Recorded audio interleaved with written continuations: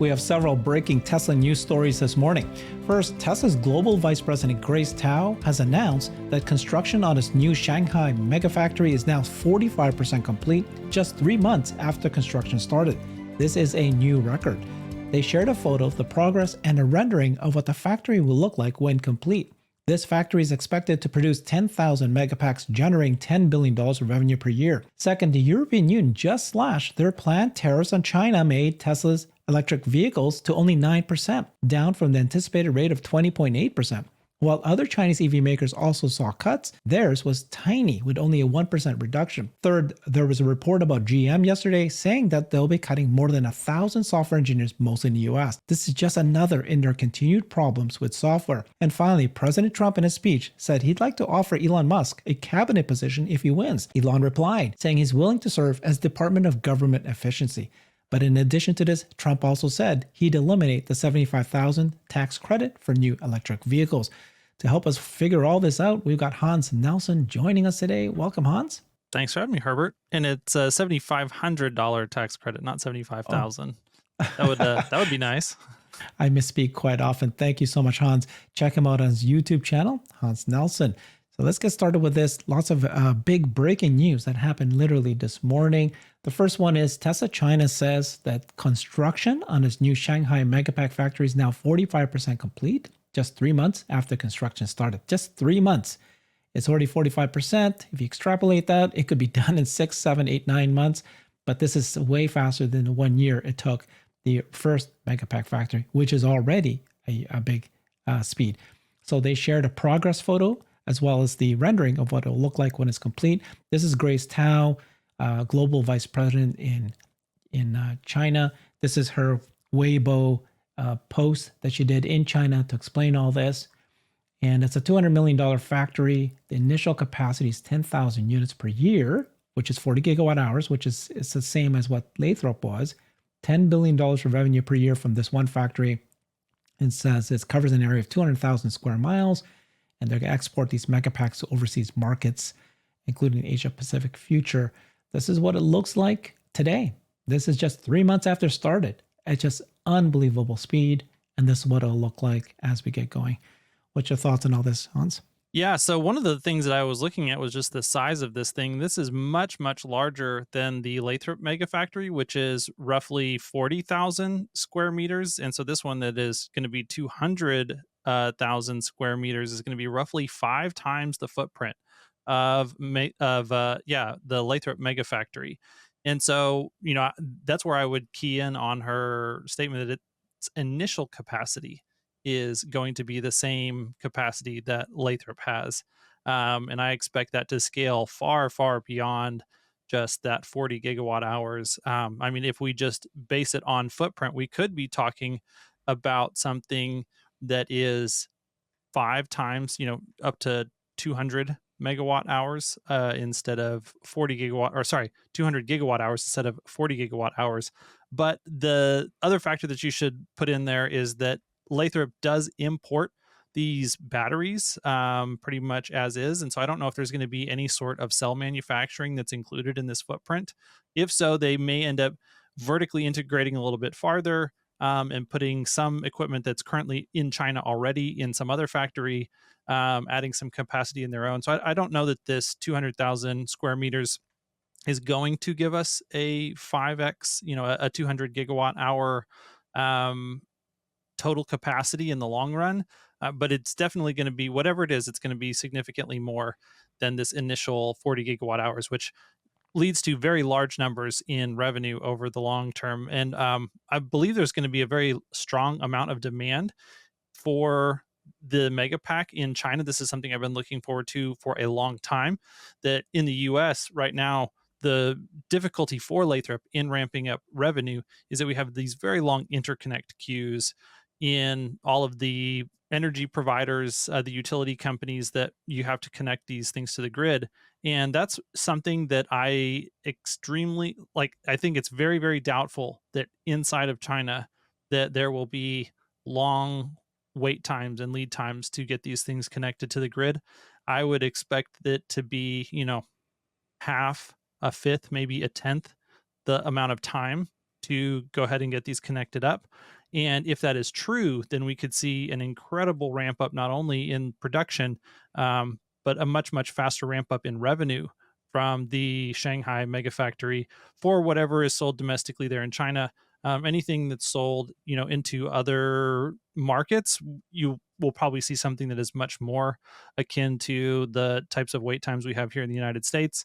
But all of those things are factors to kind of keep in mind, and just realize that we may be looking at the construction of basically a cash factory in Shanghai that is on par with when we built out the original Shanghai Gigafactory for vehicles. And you saw that the factories, look at the stage, how fast it's moving now. This is current. And so the megapacks I saw was 80,000 pounds a megapack.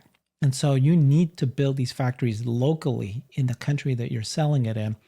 But don't you think that if it takes them this is 3 months to get it up to this stage, 45% complete. Let's say they get it done in 9 months, 100% complete in 9 months. Like Tesla said, factories is our real product. And so they will probably pump these out, right? What's your expectation of how many megapack factories they'll actually launch? Yeah, I mean, I think so. China just builds fast. Like we saw this, it was much faster to build the Shanghai factory than it was to build in Berlin or in Austin. Austin, was relatively quick. Um, but so that is going to be one factor. It's going to go much faster here in Shanghai, I think, than it would anywhere else in the world. But that said, it's a much simpler factory to build than something like a gigafactory. And so I think we should expect, I mean, there's a very real possibility that this could be producing megapacks inside of 8 months, maybe less. And we may be able to extrapolate that and say, okay, maybe in other countries we can do this in roughly a year or whatever. The thing about any other country besides China that is difficult is that the local supply chain in China to produce these megapacks is by far the best supply chain in the entire world to do this. It's going to be easier for them to set this up in China than it was for them to set up the megapack factory in Lathrop, just because there's, like I said, a lot of stuff that ends up having to be supported and is supported by a supply chain that is in China. And that's one of the reasons why it's so silly to try to export megapacks from Lathrop to China, is like you're shipping so much of this material across the ocean to the US in the first place to assemble it into a megapack, only then to turn around and ship it back to China. Like all the stuff just needs to be made in China and then sold in China for, from the megapack standpoint. And, the same for cars. This is why we don't export Teslas from here to China, other than, maybe a few Model S's and a few Model X's. Like it just doesn't make economic sense. Love it how this megapack factory, look how it looks. It's going to look like a battery. It's got the little thing at the front here. Awesome. Okay, other big news that came out, news story that was just launched or published this morning, announced this morning, was the European Union is slashing the planned tariffs on the China-made Tesla electric vehicles. And they're also doing it for the other firms, but as you'll see, the other Chinese automakers, they only cut it by at the most 1%. Tesla was anticipated to be at the 20.8%, which is already much lower than the 35, whatever it was, for the tariff that they're doing for imports of electric vehicles, but they've reduced it to 9%. So imports to the EU is now just 9%. This is because of Tesla lobbying for it. Here's the other Chinese electric vehicle manufacturers. They also got adjusted tariff rates. But look at this. BYD is a favorable 17%, but it's only down from 17.4%. So they didn't really budge much. Look at Geely, which makes Volvo 19.9% to 19.3%. But for SAIC, they kept it at 36.3%. And, this is, I think they said in a previous report that it's based on their cooperation. I don't know. Maybe it's because, both Geely and SAIC are government owned from China. So I'm not sure why. But still, BYD is 17%. So they've got a lot more tariffs than they did Tesla. So in June, the EU announced that they were going to slap higher tariffs on the Chinese electric vehicle imports, which it found benefit heavily from unfair subsidies. China is subsidizing them, so you can't just bring them in. It's not really this market forces as people think. A threat of economic injury to EV producers in Europe. And then this Tuesday, its draft decision to impose definitive countervailing duties. This is it, what they showed, this new plan. So this is what they have. What are your thoughts about this? Well, I think it's very interesting when you look at it, and I have no idea. We're talking about government agencies, and so their ability to assess this information and know this information, or for their policies, even if they did know this information, to reflect reality. This may or may not be what we're looking at. But if they've got roughly 40% tariffs on SAIC, and what they're saying the justification for that tariff is the amount of subsidy that company is getting from the Chinese government, you almost have kind of a rank ordering here of how much money is flowing from the CCP into these automakers. And so it would make sense from an outside perspective that Tesla, out of all those companies, they're receiving the least amount of support Right. from the CCP. According to this, it would be still not zero support. And perhaps that's fair. Maybe there's just the ecosystem that's set up and all the suppliers. Maybe their Tesla is kind of an indirect recipient of some CCP support, whether it's to their company or really just in their supply chain. And I would think it'd probably be more in their supply chain. But if you look at that, I think all of those numbers make sense. I think BYD being the closest wholly owned Chinese company to being profitable, they're probably receiving the least amount of subsidies from the government.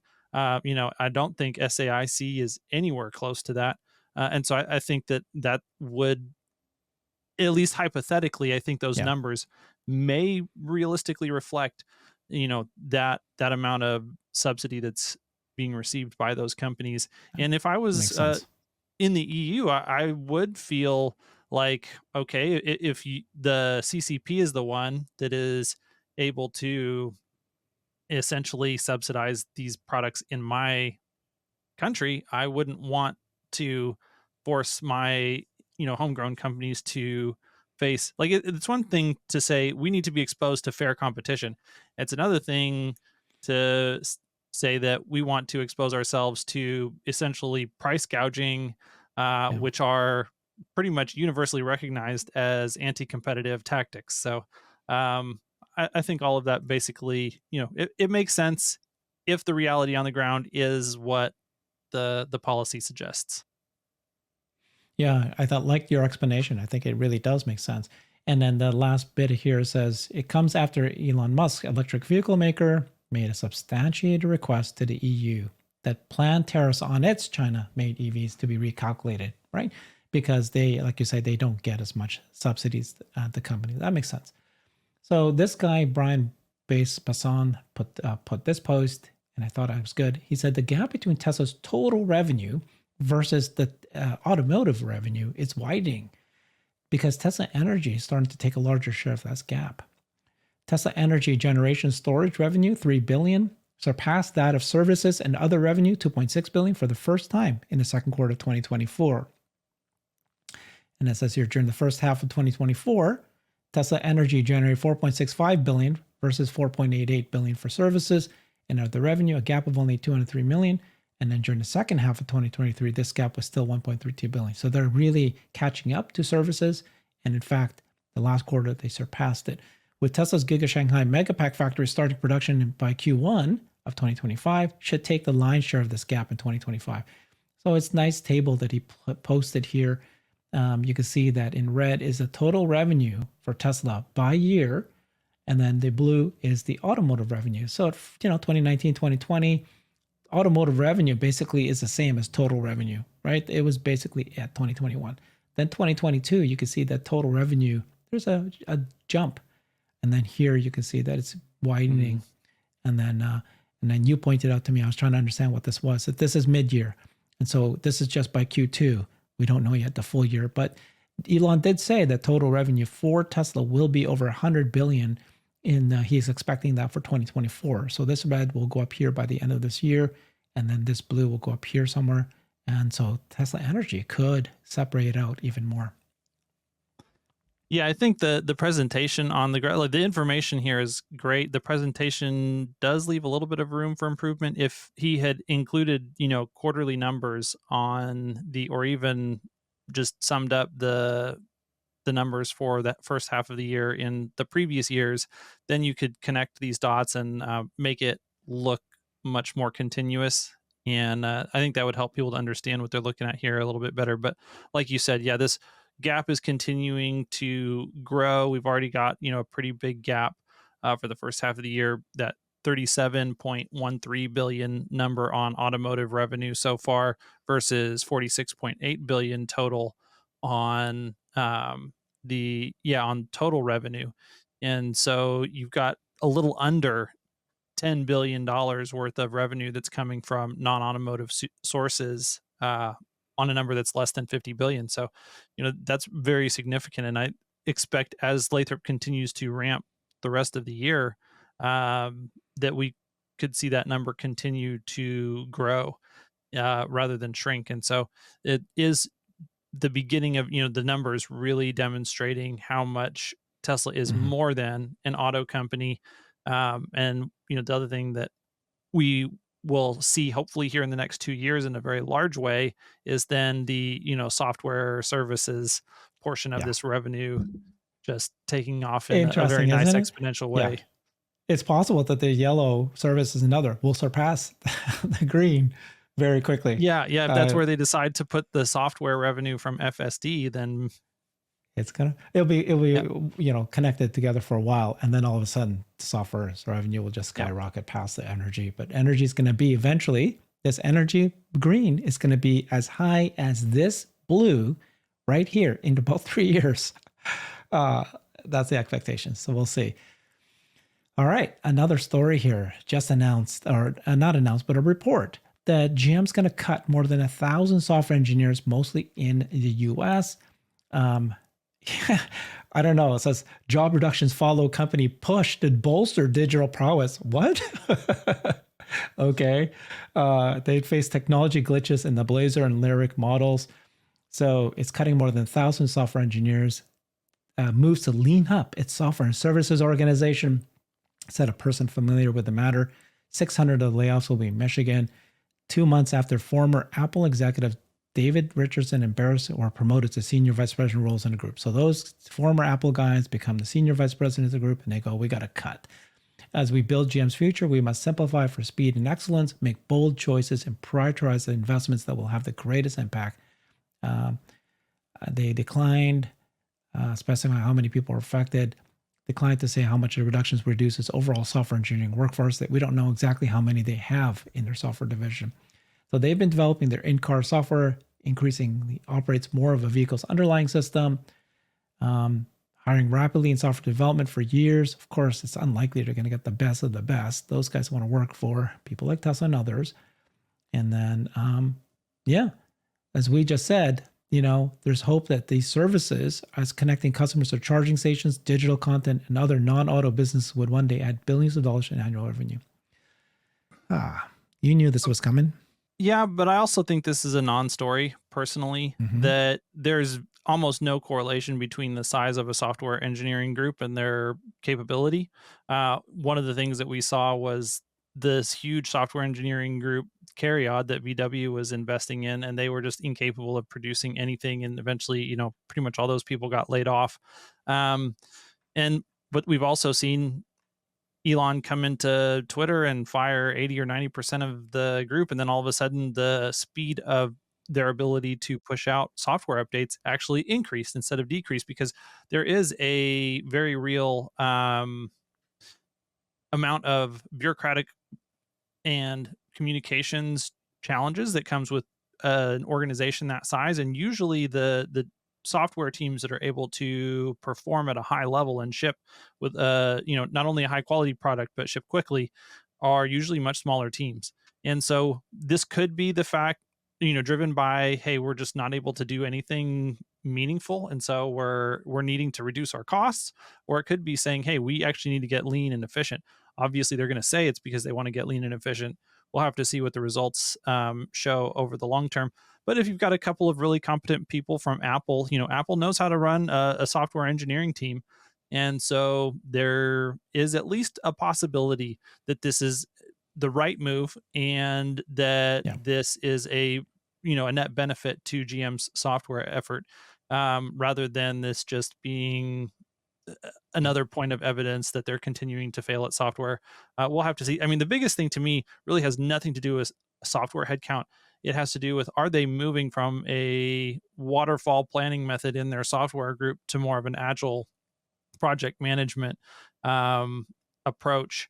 I don't know for sure that they have been stuck in waterfall. I would anticipate it's probably been something a lot closer to a much more antiquated form of project management there. And so, if you've got some people who actually know what they're doing that are coming in and saying, hey, we've got to revamp the way that we are just building this from beginning to end, um, uh, that is a must do for them to even have a chance at solving these problems. Exactly. And so GM has had many problems with software. And the most recent one was they had to temporarily ground sales of their Chevrolet Blazer electric SUV and had issues with Cadillac Lyric, some tied to software glitches.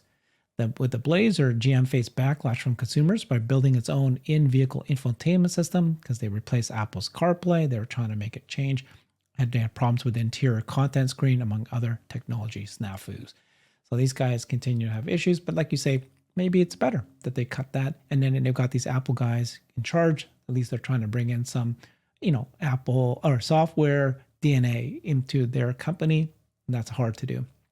So this is what Elon Musk wants to do as well. One last piece of commentary there, Herbert. Like, if you're a new manager and you're from Apple and you're hired to come in to a new company and it's not software people and it's not run well, like, wouldn't your first move be to say, hey, Okay. let's start cutting some fat? And like, Yep. it doesn't take you very long to be like, hey, I don't know what all's the best stuff here, but I know whatever the heck that is over there, that's got to go. Like, we got to get that out of here. So, I think that is to be expected. Exactly. Making change of a new person coming into an old institution is really hard.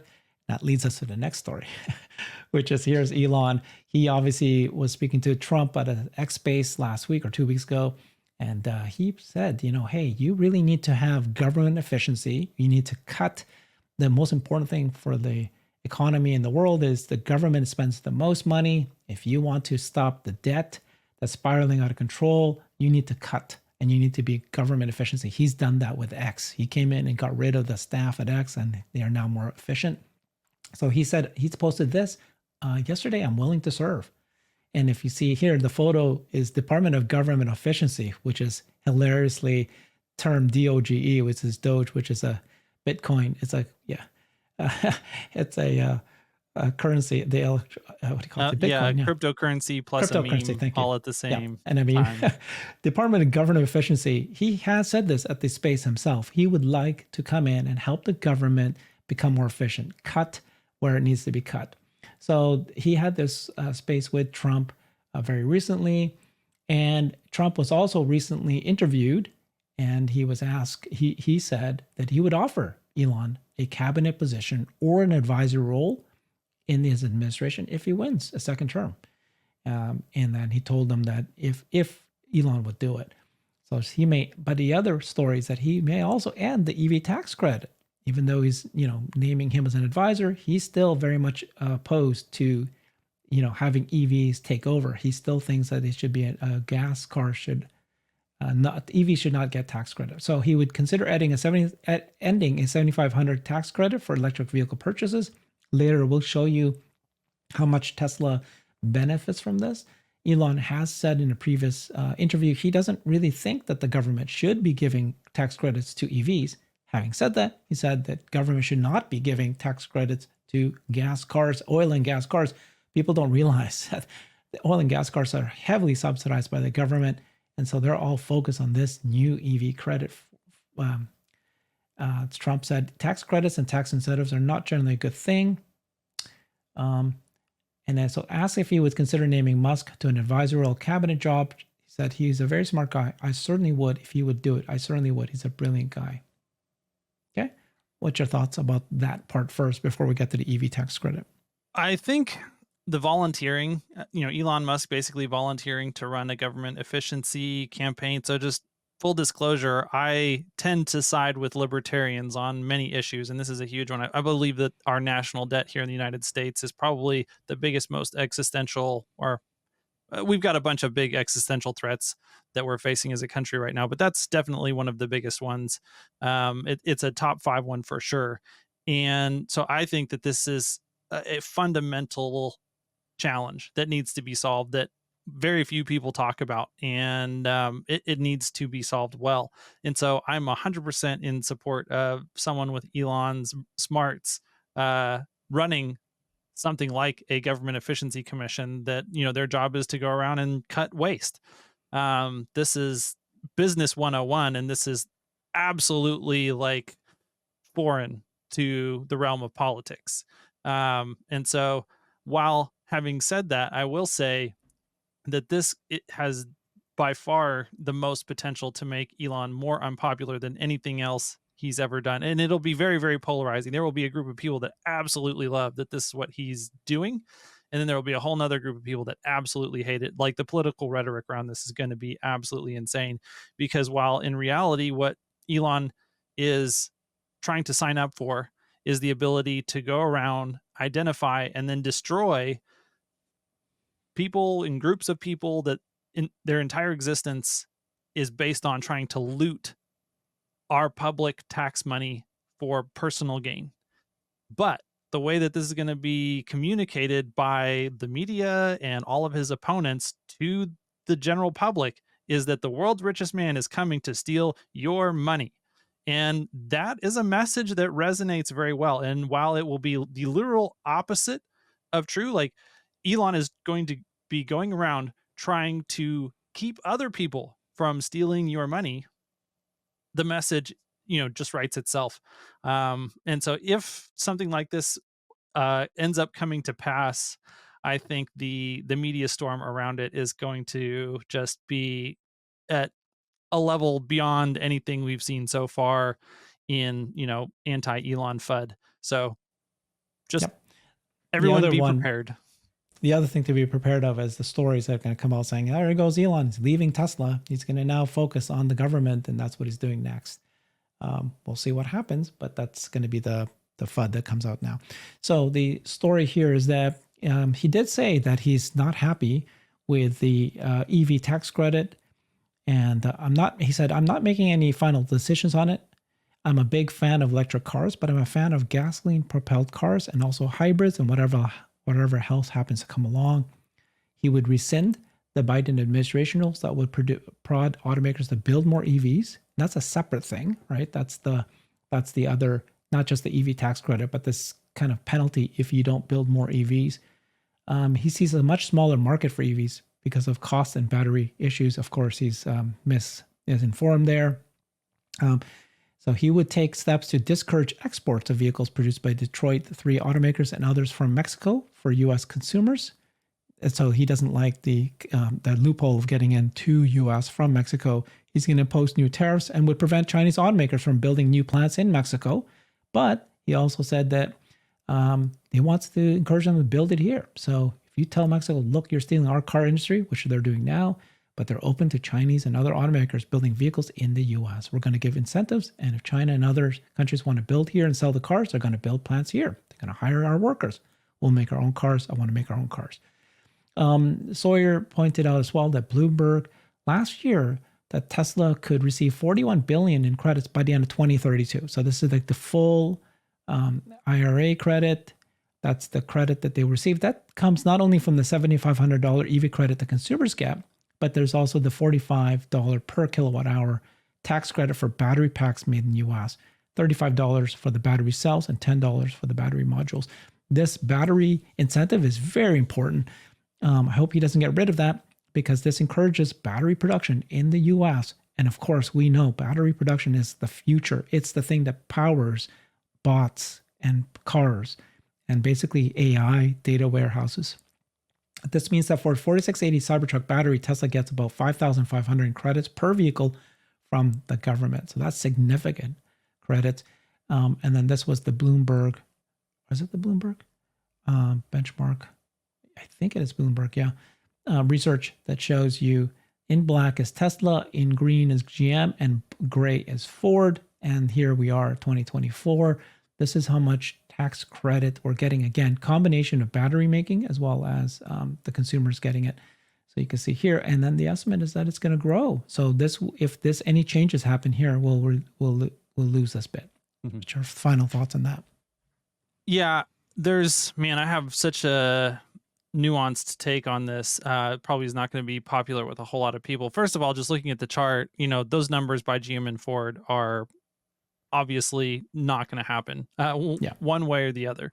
And I think that the IRA, so as a general rule, I am in favor of government subsidizing things in such a way that it accelerates technology adoption. And I'm totally against government subsidies that end up just being bailouts, especially when they're bailing out people for poor performance, which ends up being a lot of government subsidies. So does the IRA tax credit fall into the former camp or the latter?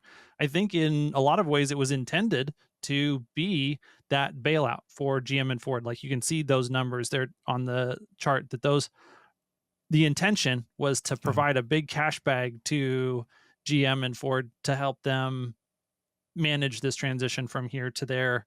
I just don't see them being able to execute well enough to secure that. And I mean, it was kind of, it is a good way to do that with a carrot instead of a stick. There are some penalties in there as well.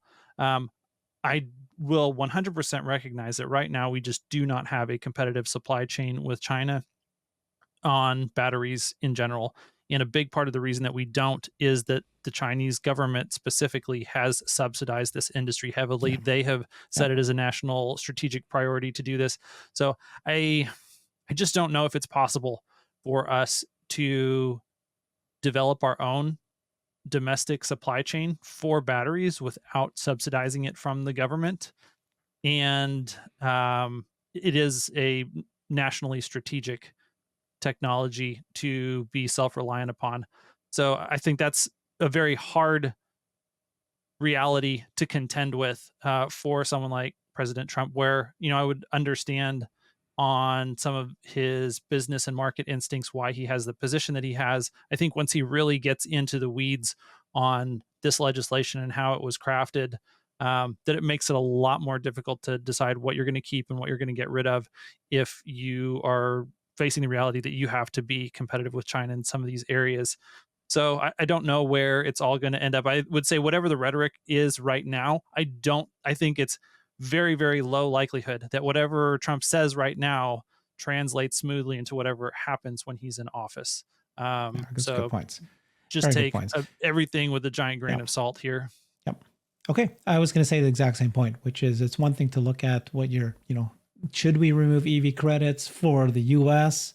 How does it affecting Ford and GM? What matters more is look what China's doing. They're already over 50% is new EVs, and they're going to just basically all be 100% EVs very, very quickly. What happens when many of the Chinese companies have been doing electric vehicles for many years head start, and then you got the US staggering? They're going to be leapfrog, because this is not just about electric vehicles. This is about smart cars versus dumb cars. So, and the good thing in what you're hearing from Trump is that this is a problem that he very much recognizes and is focused on. Now, he may not, or he may have the right, it's hard to say what the right policy is to implement in order to try and solve this problem. But that is the specific problem that he's looking at head on is, man, these Chinese automakers are set to come in and absolutely eviscerate the car, the auto manufacturing industry in the rest of the world right now. I don't think he gets it, Hans. If he's talking about, I think that there's a role for gas cars and hybrids still, then he may not understand. So he doesn't understand the technology piece of that, but he understands the auto industry market perspective of that. So those are definitely different ends of the same big fat problem.